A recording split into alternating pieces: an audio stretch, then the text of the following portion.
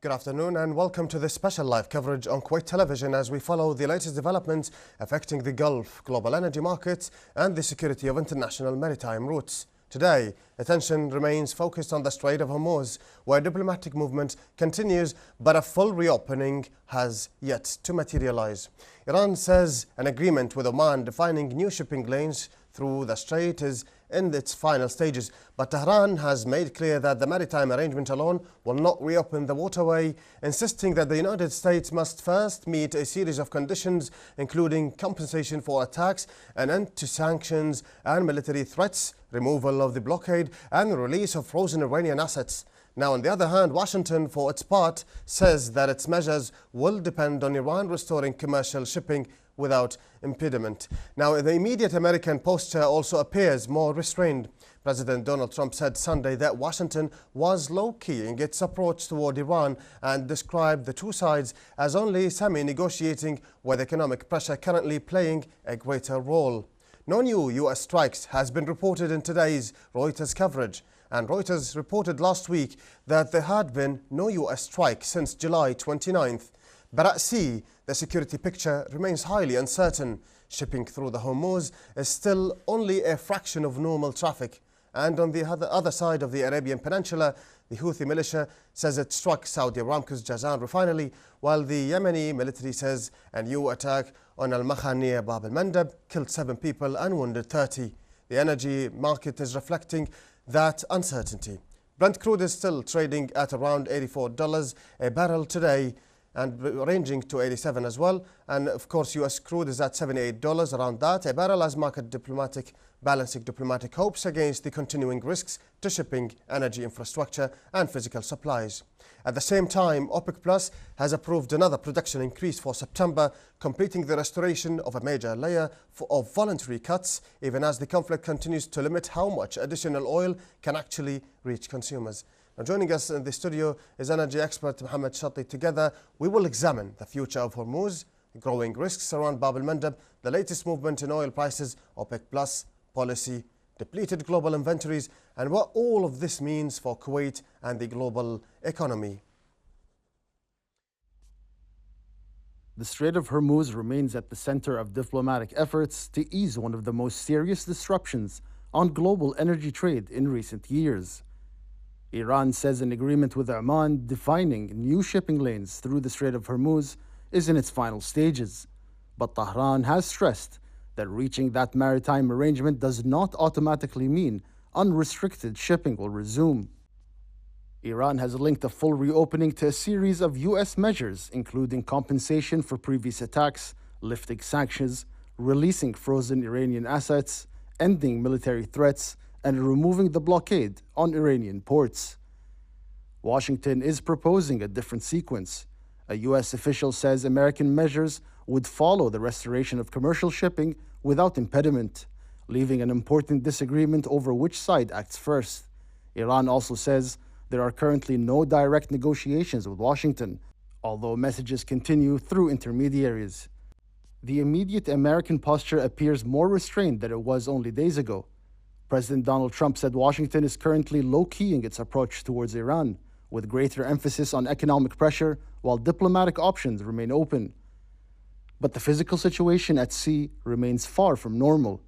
Only 33 vessels crossed Hormuz between Monday and Thursday last week, compared with 50 over the same period a week earlier. Before the conflict, between 130 and 140 vessels normally transited the strait each week.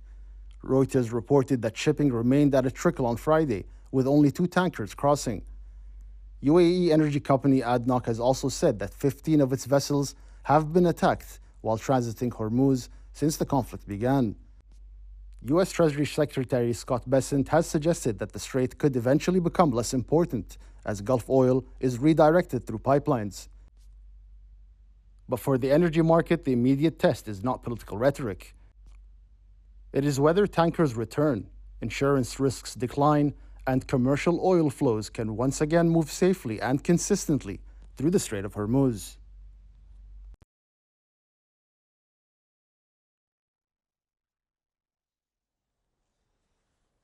We turn now to the energy implications of these rapidly changing developments. As joining us in the studio is energy expert Mr. Mohammed Shatti. Mr. Shatti joins us at a particularly important moment. Iran and Oman appear to close to an agreement over new shipping lanes through Hormuz. But the waterway has not returned to normal. Shipping remains severely restricted.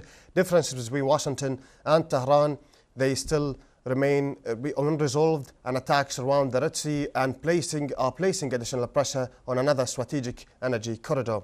At the same time, Brent is still trading around $84 a barrel. Global inventories have been significantly depleted, and OPEC Plus is preparing to implement another production increase from September.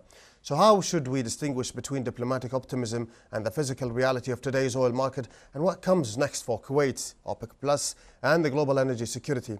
Let's get to our guest and get to know the answers. Mr. Mohammed Shatti, we welcome you here in the studio first.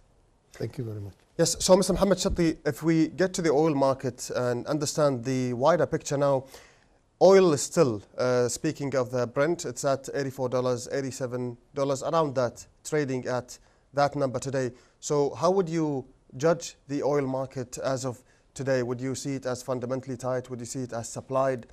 What's your perspective? Well, with regard, when you say, of course, the price level is really a reflection of the market.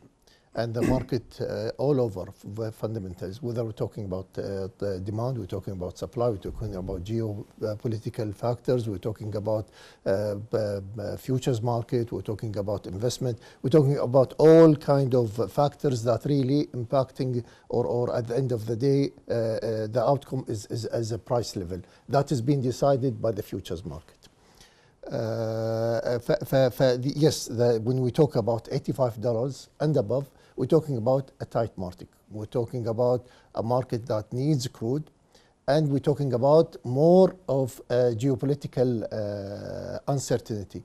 And probably if we put more weights, it's really for the geopolitical factors and pressures that is really putting the uncertainty on everybody in the market, all players, whether it is shipping, whether it is producers, whether it's consumers, whether it is the overall scene. So this is why the prices are well supported within the $85. And whenever we have seen prices come down because of other reasons, they come back to that level. Mm-hmm. So when we speak about the oil market, and you just mentioned that prices do rise sharply and fall as well. So they fall and rise as well, probably to political headlines, especially recently. Now, if one wants to understand the movement of oil prices, should they understand it from a political perspective or at the physical level at sea? As I said, there are different factors that are putting pressure on prices, whether it's upward or downward. The main one are really the political factors and the overall supply-demand factors. It's really going so much up and so much down. We talk prices jumping to about 100. Whenever there is an uprising in the political factors, I mean, if there is a targeting a ship and a vessel or a refinery or a port, something to do with the supplies of oil to the different markets, you'll see pricing rising to the almost to the $100. But whenever there is at the same time, whenever there is a talk about a diplomatic solution on the coming up, and there is more negotiating, you'll see prices also coming about $10 from 100 to 90, even we have seen it up to 80. It depends on how long and how serious that diplomatic solution. But you'll see at the end of the day, it is very volatile market.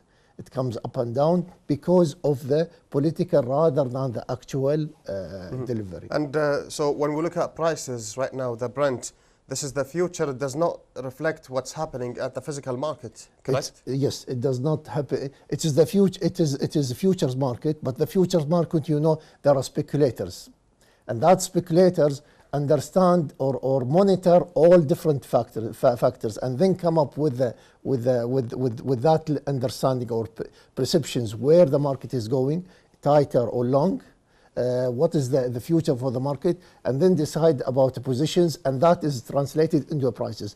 That prices at the end of the day comes to be translating, or the physical market takes from the quotation within the futures market. This is one thing. The other thing, actual sales, no, it goes with the certain formula, and according to the different risks, ships, insurance, that really a different cost. The length of the trip, from whether it is from the Gulf or from the Bab al-Mandab to Ras al-Raja Saleh, or through Suez Canal. It is also the trip. The cost involved also impact the actual prices. The last thing is really whether there is a tightness in the market or there is a length in the market. We have seen before a few days, we have seen levels quoted within the $50 to $60, and that was when there was an agreement, let's say, or agreement between variable agreement between the US and Iran, and ships just went out of the Hormuz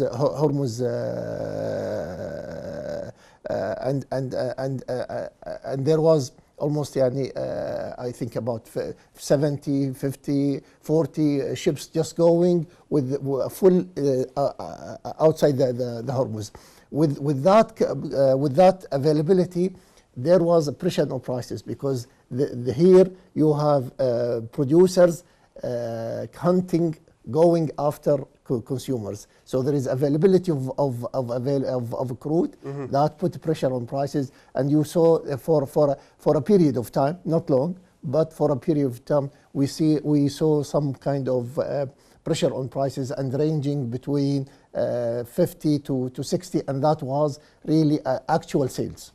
That's clear. So to wrap up on this point, from what we can understand is that if speculators at the futures market believed truly that the war will end very soon at the end of 2026, and that the Strait of Hormuz will be back to normal at its fullest, we could see prices going down. That's simply how it works. Yes. Simply. Yes. Okay. So now if we move to Iran and Oman agreement, little bit I mentioned about it earlier. Iran and Oman agreement, they're agreeing on opening a new shipping lane. They were agreeing on a middle lane. Probably there's problem with it because of the mines. But now, if we want to speak about and know about your perspective, what is more important to oil prices? Is it to be closer to opening a new shipping lane for the Strait of Hormuz, or is it, let's say, actually opening the strait? What is more important to the oil markets? Well, for the important or the essential and really what the market needs is the full opening. But again, if you have a restoration of lanes clearly for the ships, that helps a lot, because then you can avoid the mines, and that is comes to the safety of the shipping. But if we the lanes, as it clear, or it is the indication that the coming through Iran lane and going back through Omani lane, and that because when the ship comes, there is nothing in it. It is slightly light. The lane through Iran is really not deep, while the lane through Oman is very deep. This is why that lane is, again, it adds to the safety and to the market clarity, and probably it encourages. But again, that should be tied with a full passage full passage safe for all ships. And if we asked about your opinion, what would you personally need to see for you to say that yes, this is a fully reopened Strait of Hormuz? Is it tanker movement? Is it mines removed? What would you need to see to say that the strait has been opened fully? Well, the tanker, it's again, it's all these parameters. But again, if you look into the tanker movement, and there is no there is no incidents because of the mines, and it is a gradual, and go back to the pre-3rd of March record of about 130, 140, 200 ships movement. That is really gives the relief to the market. That really is a good news, and that means then you can say whether there is demand more or supply more. That will encourage even more demand, as you know, and that is what the market needs. The market is waiting for a full opening of the Strait of Hormuz for all ships with the clear lanes, without any kind of royalties or kind of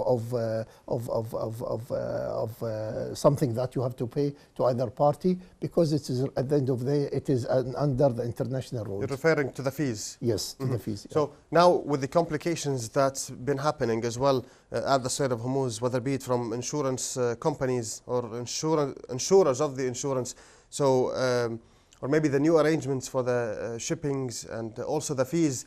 So with these complications, do you think even with a politically resolved issue, there may be problems for the ships to pass because of these problems? Because now insurance is probably more expensive. The fees is making it more expensive for some ships to pass. Do you think these are making it more difficult than the political predicament? Let's put it this way. First, the market owners, the ship owners, the market sellers, they want to see safety, and this is very, very, very important. So a political agreement is essential to cover up the overall arrangement, and then a clear arrangement according to international law.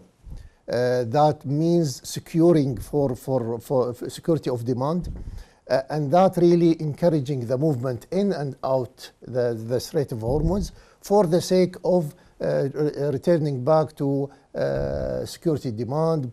Probably prices we will see falling down, though I don't believe that they will fall down a lot, but that really atmosphere certainly will ensure normal trade of oil and gas and petrochemical and all products to the market, especially Asia being the promised market, or the markets with the growth.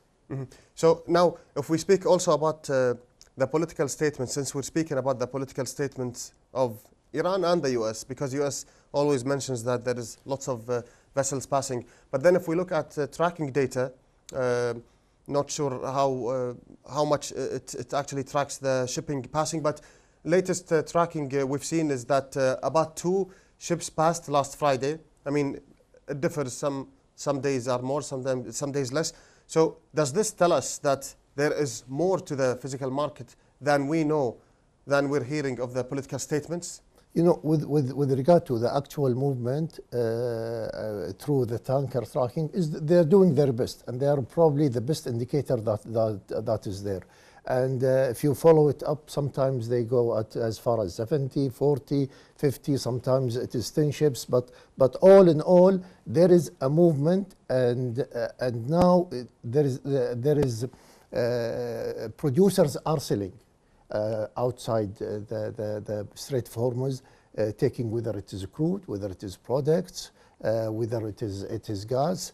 Yes, there is some difficulty, but it seems that there is some kind of means in which it is progressing, it is recovering, not to what is everybody is targeting, but at least there is a movement.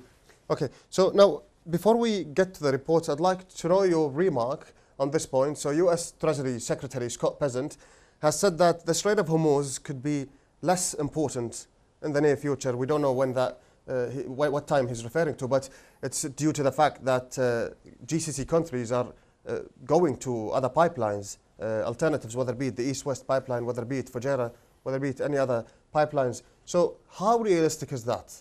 Let's put it this way. We have to be careful about the statements that goes out of politicians. It is its own purpose.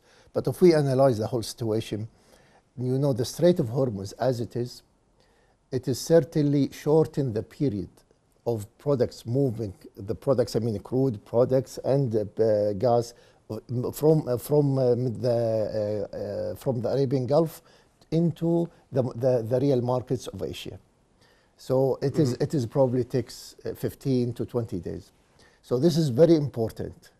The other thing is that if you leave the Strait of Hormuz and just go to the other routes, you are giving a chance to strengthen the importance and the existence and the authoritative of Iran on markets that are very near, because at the end of the day, being near the markets and a trip that takes only 15 to 20 days, I as a customer will prefer it more than a trip that takes 40 or 50 or longer. This is one thing, but certainly the whole situation have forced and have enforced looking into alternatives that works as a backup, whether east-west through the Red Sea, or through Bab Mandab, or the other means, or through Fujairah. Yes, it is there, and or through even storing outside the Gulf or floating storage. So all other means that works to ensure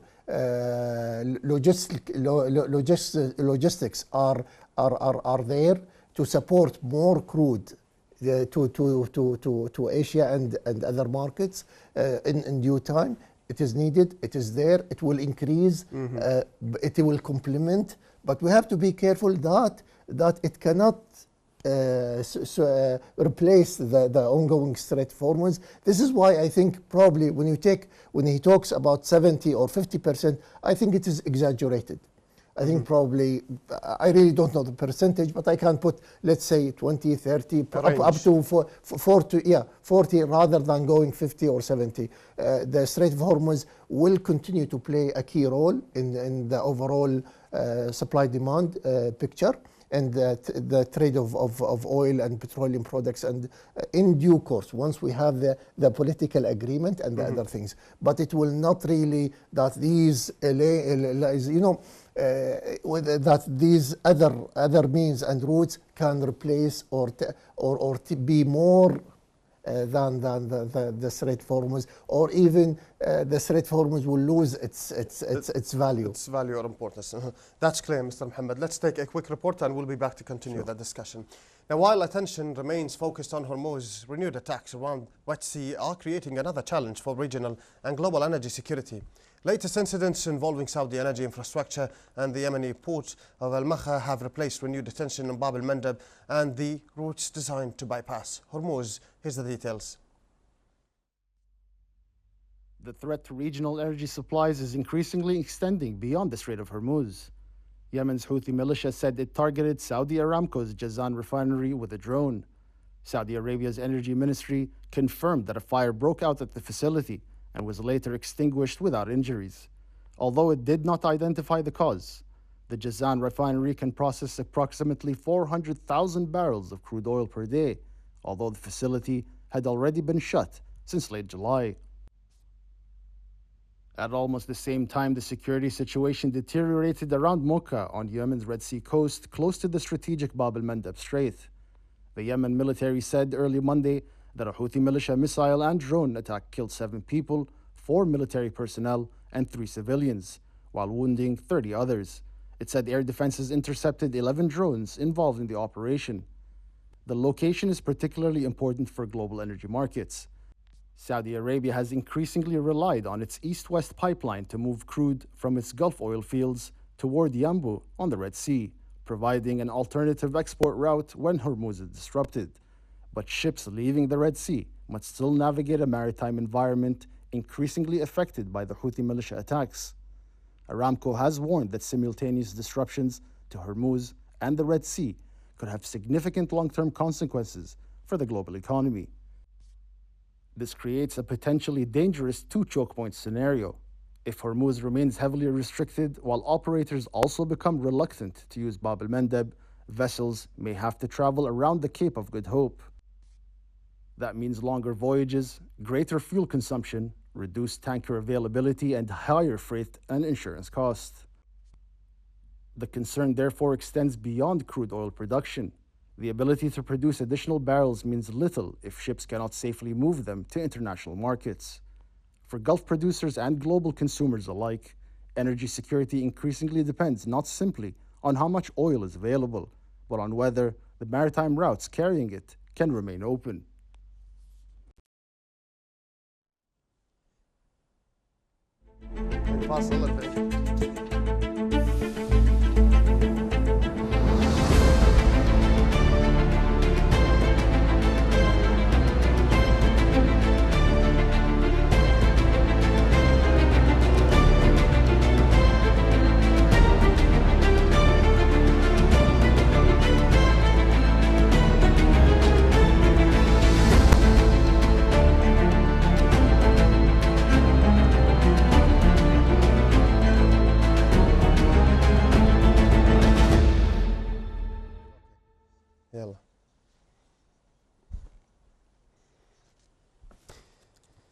Now, the developments around Jazan and Al Makha demonstrate that the energy security challenge is no longer confined to the Gulf.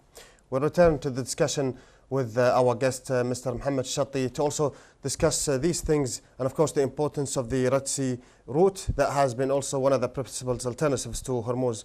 Now, Mr. Mohammed, we're back with you, and I would like to ask you a question around the Strait of Bab el-Mandeb, and then we'll get back to the Strait of Hormuz as well. Now, since you've heard that there is development strikes by the Houthi militias at Jazan, and from the other side at Bab el-Mandeb as well, there is certain strikes and tensions has been happening.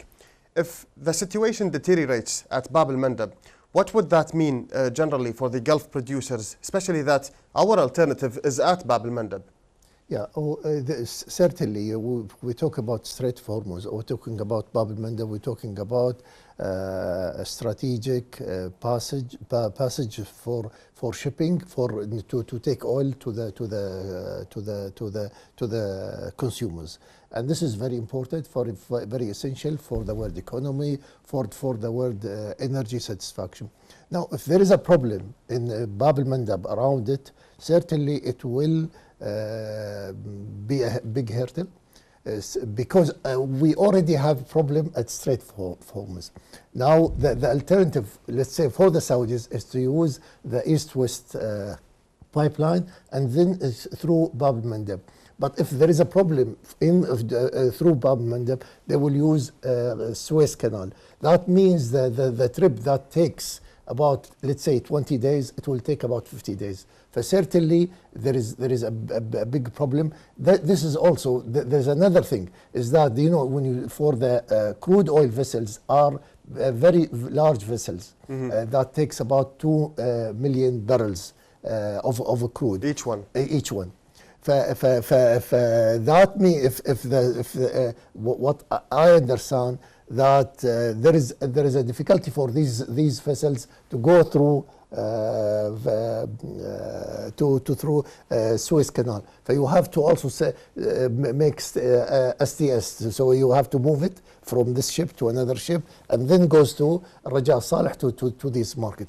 Certainly, if there is a continued problem at Bab el-Mandeb, the other alternatives will be longer, and that will impact overall supply demand for the Asia, especially. We're talking about China, we're talking about India, we're talking about all the other markets. So any tensions at Bab el-Mandeb is not only affecting the GCC, but also other countries like Is it probably affecting also Egypt and Asian countries as well?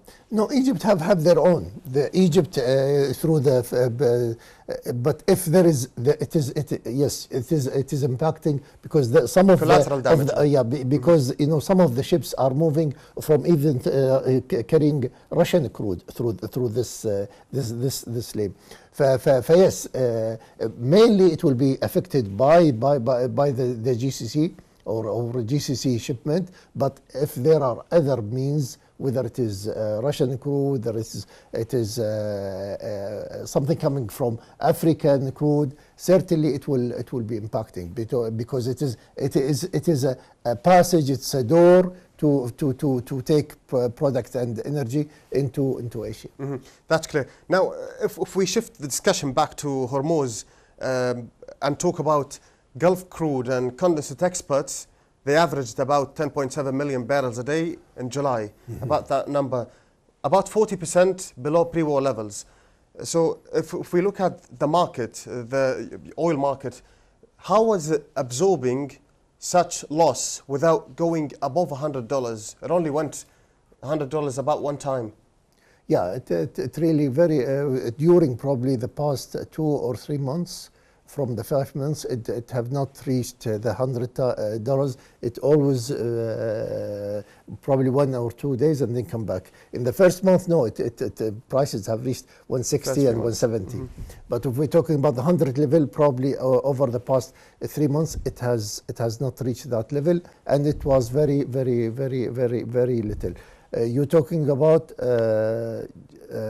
just remind me of your question. Yes, the Gulf crude and condensate exports, they have averaged about 10.7 billion barrels a day.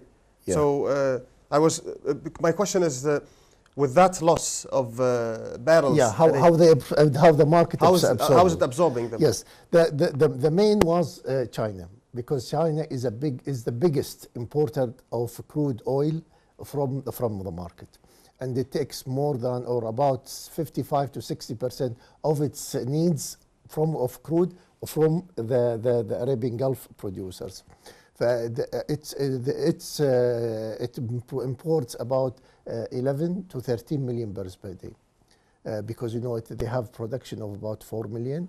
So their imports is within that level. Their overall demand is within 15 to 16 million barrels per day.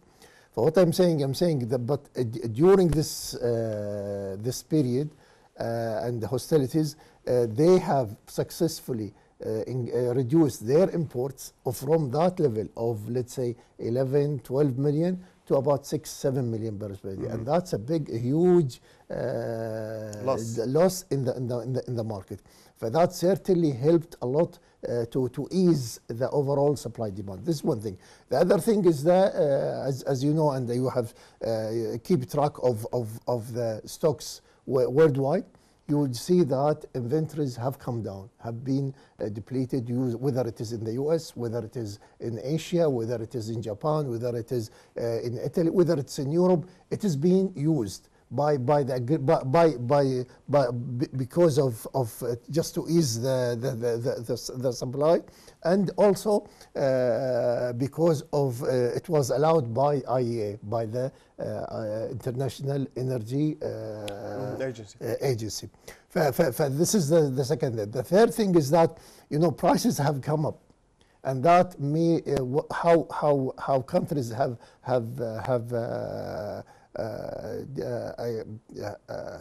coped with that is that through higher prices to the end user. So overall, there is a rationalization of consumption, whether it's on gasoline or from the aviation, or even if we take electricity, or even petrochemical. For overall, yes, there was an ease. These are some of the measures that have eased out the overall situation. Besides that, some countries have successfully increased their production. If we're talking about the US, if we're talking about Venezuela, if we're talking about Algeria, we're talking about Libya, we're talking about Iran itself. At many period of time, they have successfully increased their production. So in actual terms of demand, of supply, yes, there was an increase.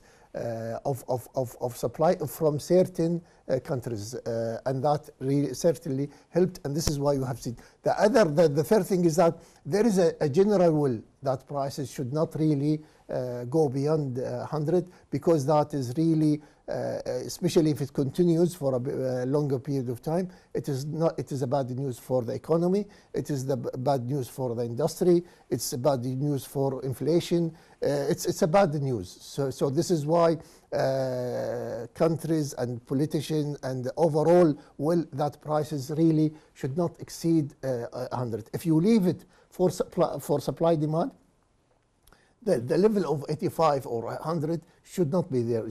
Prices should be above 100 if you take overall supply demand. Overall, the US is benefiting Of from this regional situation in terms of, I mean, exports, right? Yes, of course. You know, in such environment,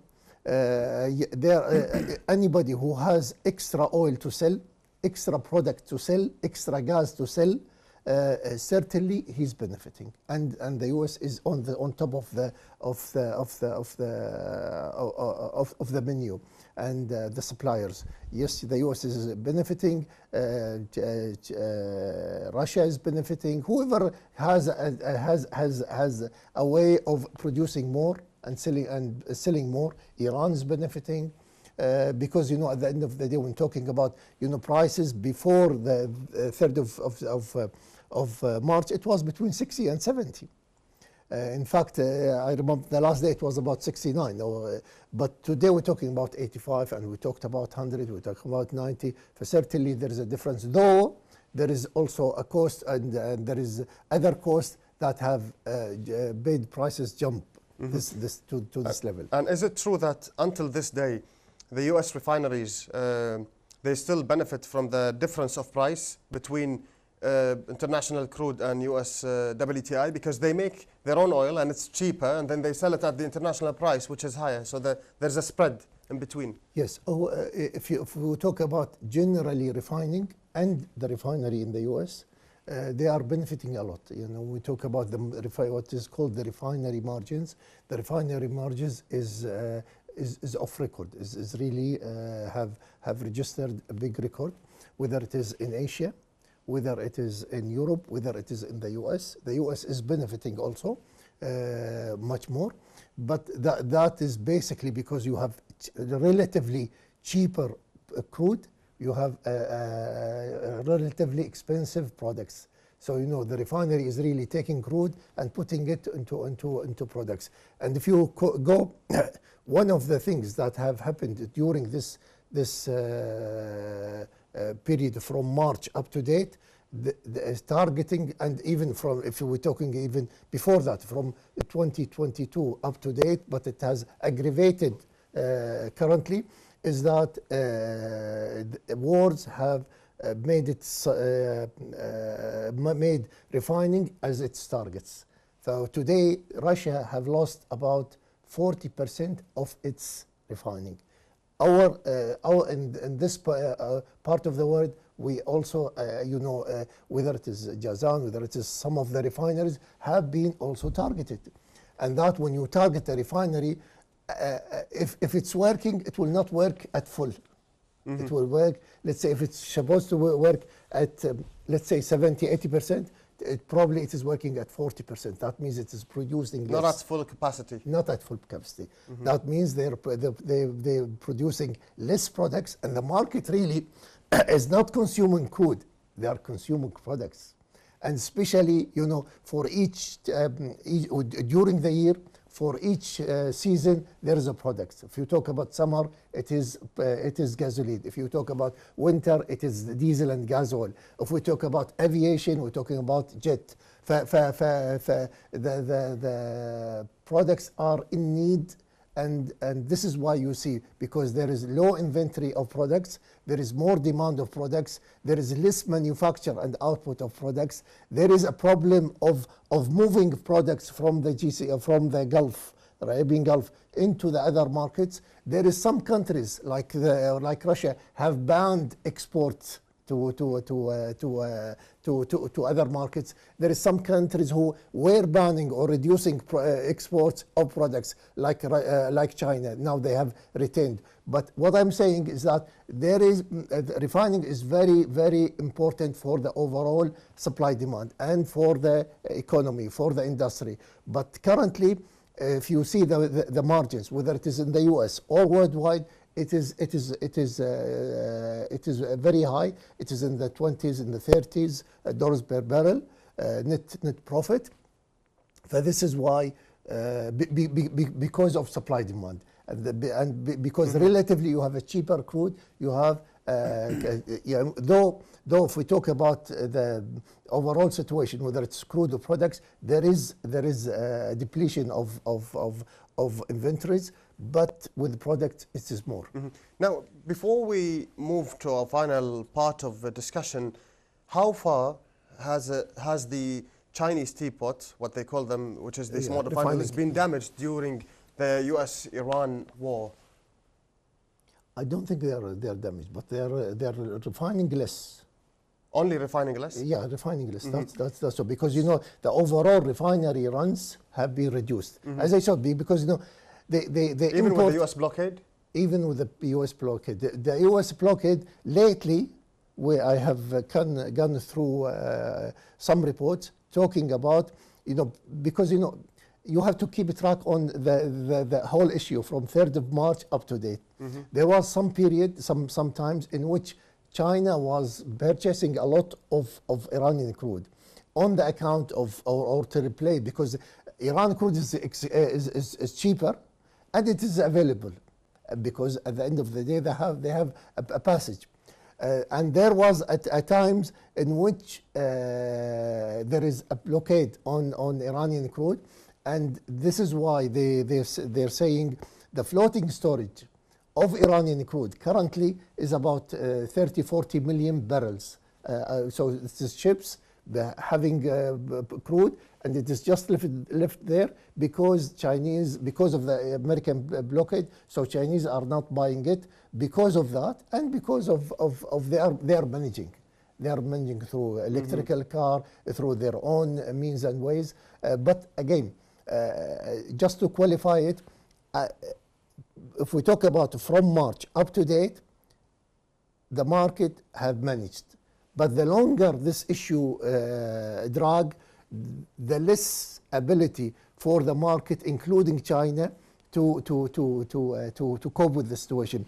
Especially, the second half of the year, demand increases because of weather.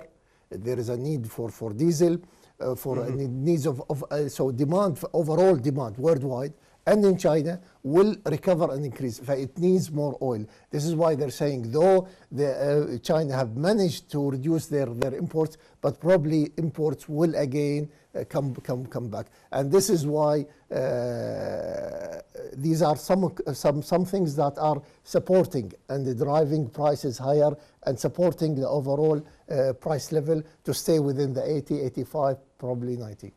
That's clear, Mr. Mohammed. Let's get a quick report and then we'll get back to the final discussion. Despite months of disruption to Gulf energy exports, oil prices remain well below the peaks recorded earlier in conflict. OPEC Plus is restoring production capacity. China has dramatically reduced its crude imports, and global inventories have helped absorb the shock. But those same inventories are now increasingly depleted. Global oil markets continue to adjust to the disruption of traditional energy flows through the Middle East. On Monday, Brent crude was trading at around $84 a barrel, while U.S. West Texas Intermediate crude was around $78, as traders balanced optimism over diplomacy with continuing uncertainty surrounding Hormuz and regional security. Those prices remain far below the extreme levels recorded earlier in the conflict, when Brent reached more than $126 a barrel in April. One of the most important reasons has been China. The world's largest crude importer dramatically reduced its purchases as Middle Eastern supplies declined. Chinese crude imports average approximately 7.78 million barrels per day in June and July, around 4.21 million barrels per day below their pre-war average. But China has also been able to rely on substantial reserves. That raises an important question for the months ahead. What happens when Chinese refiners begin increasing imports again and rebuilding stocks? At the same time, OPEC Plus is entering a new phase of production management. 7 participating countries, including Kuwait, have agreed to increase production quotas by approximately 188,000 barrels per day from September, completing the rollback of the 1.65 million barrel voluntary supply reduction introduced in 2023. However, many of this year's announced production increases have had limited impact because disruptions in the Gulf, Russia, Kazakhstan have prevented all of these additional barrels from reaching consumers. OPEC Plus also retains another layer of approximately 2 million barrels per day in cuts through the end of 2026 and is reviewing members' production capacity ahead of establishing new quota baselines for 2027. Then there's the question of global inventories.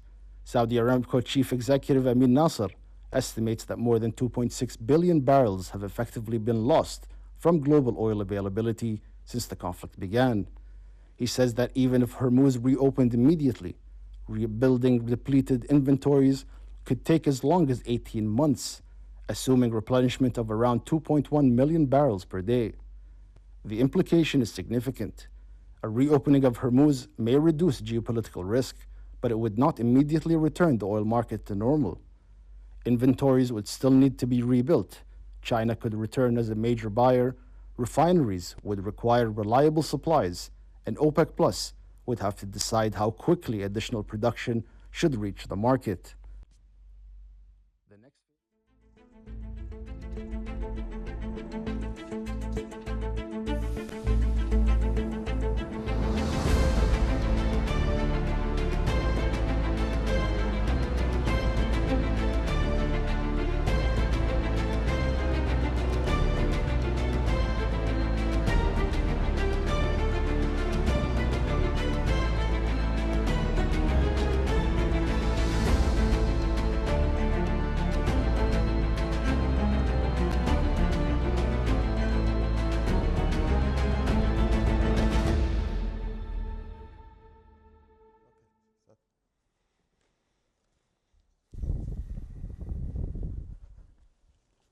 We return now for the final part of our discussion with Mohammed Shatti. Throughout today's coverage, we have looked at energy market facing 2 different possible paths. On one side, diplomatic efforts could lead to a gradual reopening of the Strait of Hormuz, a recovery in Gulf exports, and eventually lower geopolitical risk. On the other hand, commercial traffic remains severely restricted. Global inventories have been depleted. Attacks are continuing around the Red Sea, and the political differences between Washington and Tehran remain significant. Let's get to our guest, Mr. Mohammed Shatti. Now we're back with you and would like to raise a statement as Saudi's Aramco chief executive has estimated that the global market has lost about 2.6 billion barrels in inventories since the conflict began. So if we want to speak, and he said that rebuilding it would take about 18 months if the Hormuz has reopened immediately. So how serious is the problem of the inventories? It is very serious because the word supply system depends on 2 things or on 3 things. First, the reserves that is worldwide available. The other thing is that the production capacity, that is means over actual production, whatever not used, but it is owns within countries. Like within, let's say Saudi Arabia, if their production is 11, their capacity is 12.2 or 12.5. That means 2 million and 2. That is a capacity. So the overall system, supply system, you have the capacity, you have the reserves, and then you have the inventories, and this is why where you go worldwide, you will find commercial inventories, and you find strategic petroleum inventories. And these strategic petroleum inventories, you see it more and more in the countries where they are dependent on oil, and they don't have enough production. And you have, and they need, this is why they have building over the years and plan to increase. On top of the list is really China and then India. You have also countries that really have no oil, like Japan, but yet they have a big inventory system. You have Korea. These countries. Yes, the inventory system and level is very important to the overall supply system, and this is why they have to be kept on a level, and this is why some of the members of IEA, they have to give an allowance from IEA, from the governing body of IEA, in order to release from that, and then they have to plan over the next year or two to replenish or refill that inventory, because they need it in the future. But they need to refill it once prices are low. And once the free system. This is why probably when you see, if things are back to normal, you'll see more production out, and you will see more demand is there. One of the reasons is really refilling the inventories and the strategic stocks. Okay, so if Hormuz stays highly blocked and Bab el-Mandab becomes more difficult to use, would we be facing the most serious energy crisis facing the region? We are already facing it, and it will be the most, and it will not be not only us. We're talking about the whole world, the whole economy will be facing. The longer it drags, certainly we cannot keep prices below 100. It will go above 100, especially that we are already depleting the things that have eased things so far. One of them is the inventories. We cannot go and deplete or just continue draw from the inventories. It will be a certain period of time, as I told you in the beginning. Demand will be catching up, will be recovering, and you don't have, and if there is no supply from the Arabian Gulf, certainly we are getting into bad news to the world, to the economy, to the overall pricing, inflationary pressures. The world cannot cope up with it. This is why, again, this is why you see almost from 3rd of March up to date, diplomatic efforts have not stopped. And there was always a round of negotiation, and the market respond to it. So this is all shows, and it's because of how big it is, how serious it is. How serious it is. Yes. And other markets are included, such as the diesel, yes, and yes, other refined products, right? If we talk about the products, yes, but certainly the crude is a problem. But the more problem is, the serious problem is attached with the products, because every bit of industry needs that crude. Every bit of activity, man's activity, needs that product. Okay, now looking ahead, Mr. Mohammed Shatti, for the remainder of 2026, what indicators would you be watching that are important? Inventories, OPEC plus policy meetings, or let's say traffic, or refined product availability, or diplomacy statements? What are things you think are important and you watch closely? I watch everything, but you know, the main thing is really having a diplomatic agreement, because that is the umbrella, and these are details. The effective action, whether talking about the Strait of Hormuz, we're talking about the ensuring and establishing safe passage. It will be under details of that agreement, and then the market will, and you have to have somebody who ensures that the movement is there. Once the market believes that there is an agreement and adhere to, and there is actions to ensure safety is restored and the movement is restored, I think this is what everybody is watching. The Danker movement, the development on diplomatic issue or OPEC Plus as well, right? OPEC Plus is certainly, OPEC Plus have done its part. They had a meeting on the 3rd of August, and they have agreed to increase their last batch of the 1.65 million barrels per day, restored back to the market. But the thing is that we are ready. Like Kuwait have increased their production from about 500 in the beginning to now almost 2 million barrels per day. So we have the capability, we have the willingness, we want to increase our production. Kuwait today, according to that agreement, our production in September is allowed to increase to 2.676. But today we are 2 million. So there is about 700 which we can hopefully to let in the market. But it is subject to the means. One of the main thing or restriction is really the assurance of a safe passage through the Strait of Hormuz. Mr. Mohammed Shatti, finally, in a few words, would we see ease in the oil markets very soon? I think we have to be optimistic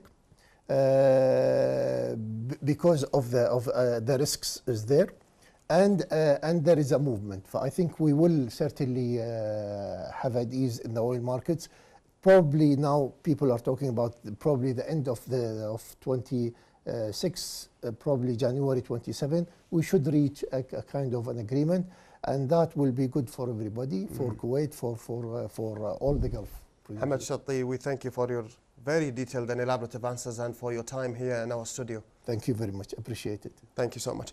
Now, dear viewers, as we conclude this special coverage, the global energy market remains caught between signs of diplomatic progress and the realities of continuing disruption. Iran and Oman appear closer to an arrangement governing new shipping lanes through the Strait of Hormuz, but a full reopening has not yet been announced. Significant differences remain between Tehran and Washington over sanctions, compensation, the blockade, and the sequence in which an agreement would be implemented. And while the immediate threat of another major U.S. strike appears to have receded for now, the security risk has not